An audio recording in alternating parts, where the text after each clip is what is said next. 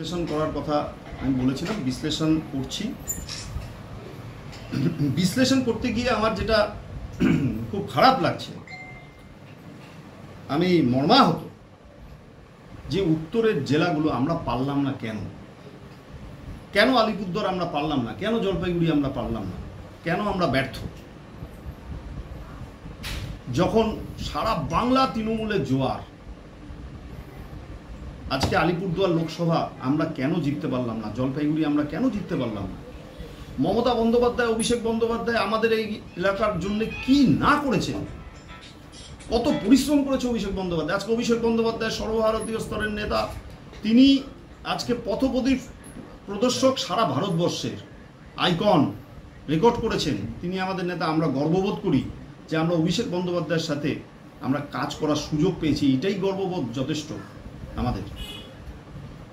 আমরা বারবার বলতাম যে মমতা বন্দ্যোপাধ্যায় ছাড়া ভারতবর্ষ সরকার চলবে না। মমতা বন্দ্যোপাধ্যায়কে সামনে রেখে আগামী দিনে ভারতবর্ষের সরকার পরিচালিত হবে, তার প্রমাণিত হয়ে গেল।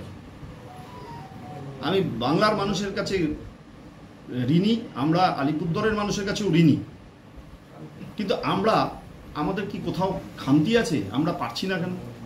আমাদের আত্মবিশ্লেষণ হওয়া উচিত, আত্মশুদ্ধিকরণ হওয়া উচিত, আলোচনা হওয়া উচিত, সমালোচনা হওয়া উচিত, দফায় দফায় বসা উচিত। দেখুন, আমি কারো বিরুদ্ধে বা কোনো দোষারোপ, কোনো গোষ্ঠীদ্বন্দ্ব, কোনো এইসব, আমি কারো বিরুদ্ধে ব্যক্তিগতভাবে নই। আমি একটা আপনাদের স্ট্যাটিস্টিক্স বলছি। 2014 সালে আলিপুরদুয়ার জেলায় লক্ষ্মীর ভাণ্ডার ছিল না, জেলাও ছিল না। 2014 সালে মহকুমা ছিল। মমতা বন্দ্যোপাধ্যায়, অভিষেক বন্দ্যোপাধ্যায় আমাকে দায়িত্ব দিয়েছিলেন। 2014 আলিপুরদুয়ার এবং জলপাইগুড়ি জিতিয়েছিলাম, যখন কিন্তু আলিপুরদুয়ার এবং জলপাইগুড়িতে লক্ষ্মীর ভাণ্ডার ছিল না, ফ্রি রেশন ছিল না, আমাদের এখানে 100 দিনের কাজের টাকা ছিল না, চা সুন্দরী ছিল না। আজকে কি আছে? তখন আমরা জিতেছিলাম। আজকে কি আছে? আলিপুরদুয়ারে আমরা 3,17,261 জনকে আমরা 100 দিনের কাজের টাকা দিয়েছি, 156 কোটি। এই কয়েক মাসে, নির্বাচনের আগে 2,17,000 চা শ্রমিকদের মধ্যে চা সুন্দরী প্রকল্পে 60,000 টাকা করে 84 কোটি আমরা দিয়েছি কয়েক মাস আগে। এলবি মানে বলো, লক্ষ্মীর ভাণ্ডার। আমাদের জেলায় এই লোকসভায় 3,51,400 জনকে 126 কোটি টাকা দিয়ে লক্ষ্মীর ভাণ্ডার দেওয়া হয়েছে। নাগরাকাটা কিন্তু তার মধ্যে নেই, নাগরাকাটা হলে আরও বাড়বে। মোট বেনিফিশিয়ারি হচ্ছে আমাদের এই লোকসভা কেন্দ্রে এখনও অবধি যা আমি হিসাব করেছি, ফ্রি রেশন, স্বাস্থ্যসাথী নিয়ে 10 লক্ষ, অর্থাৎ 11 লক্ষ সামথিং, SC ST এবং পেনশন নিয়ে আমরা ভোট কত পেয়েছি? 6,17,000। বেনিফিশিয়ারি কত? 11 লক্ষ। তো আমরা মর্মাহত, দুঃখিত। আত্মশুদ্ধিকরণ হওয়া উচিত, আত্মসমালোচনা হওয়া উচিত, আত্মবিশ্লেষণ হওয়া উচিত। কেন হলো? আজকে দিদি যা করেছেন, যেভাবে বাংলার মুখ্যমন্ত্রী তিনি বারবার এসেছেন, আমরা তো পারলাম না। কেন পারলাম না? কাদের জন্য পারলাম না? কিভাবে পারলাম না? আলোচনা হবে।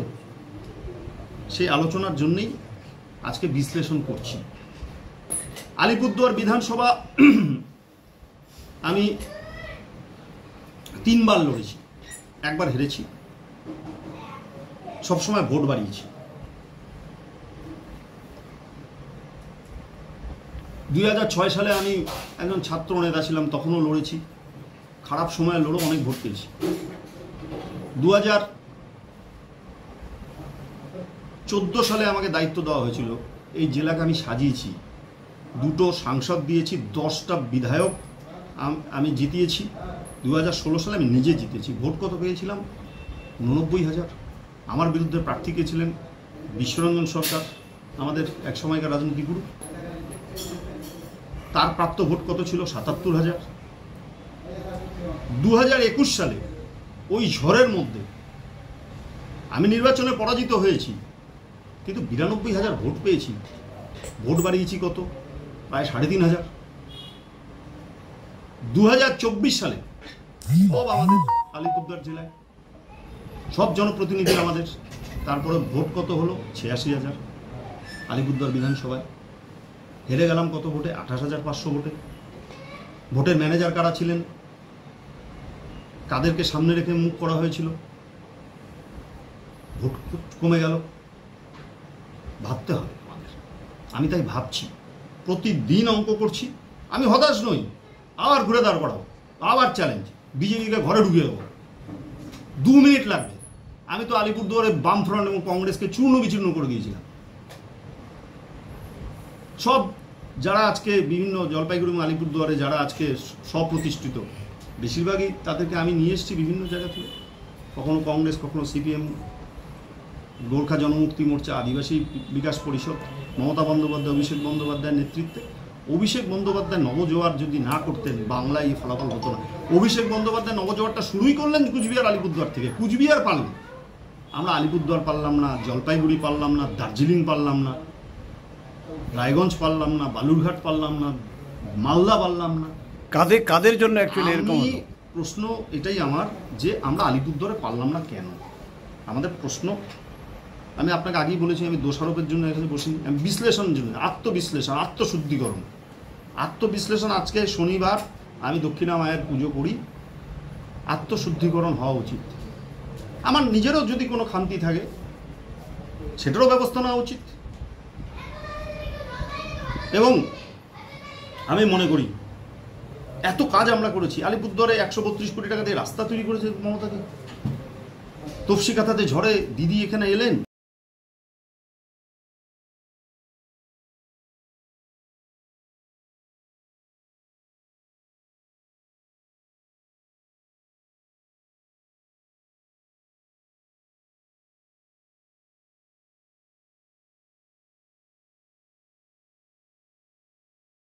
আপনি কি একজন বই প্রেমী, কিংবা আপনি কি বই পড়তে ভালোবাসেন, কিন্তু আপনার পছন্দ মতো বই কোথা থেকে ক্রয় করবেন ভাবছেন? এখন আপনার এলাকায় মীরা পুস্তকালয়ে আপনি পেয়ে যাবেন সমস্ত ধরনের বই। যেমন এখানে পাবেন স্কুল কলেজের পাঠ্যপুস্তক, বিভিন্ন চাকরির পরীক্ষার বই, এছাড়া ধর্মগ্রন্থ, শিক্ষামূলক সামগ্রী, অফিস স্টেশনারি, ড্রয়িং সামগ্রী এবং খেলাধুলার সরঞ্জাম মীরা পুস্তকালয় থেকে ক্রয় করতে পারবেন।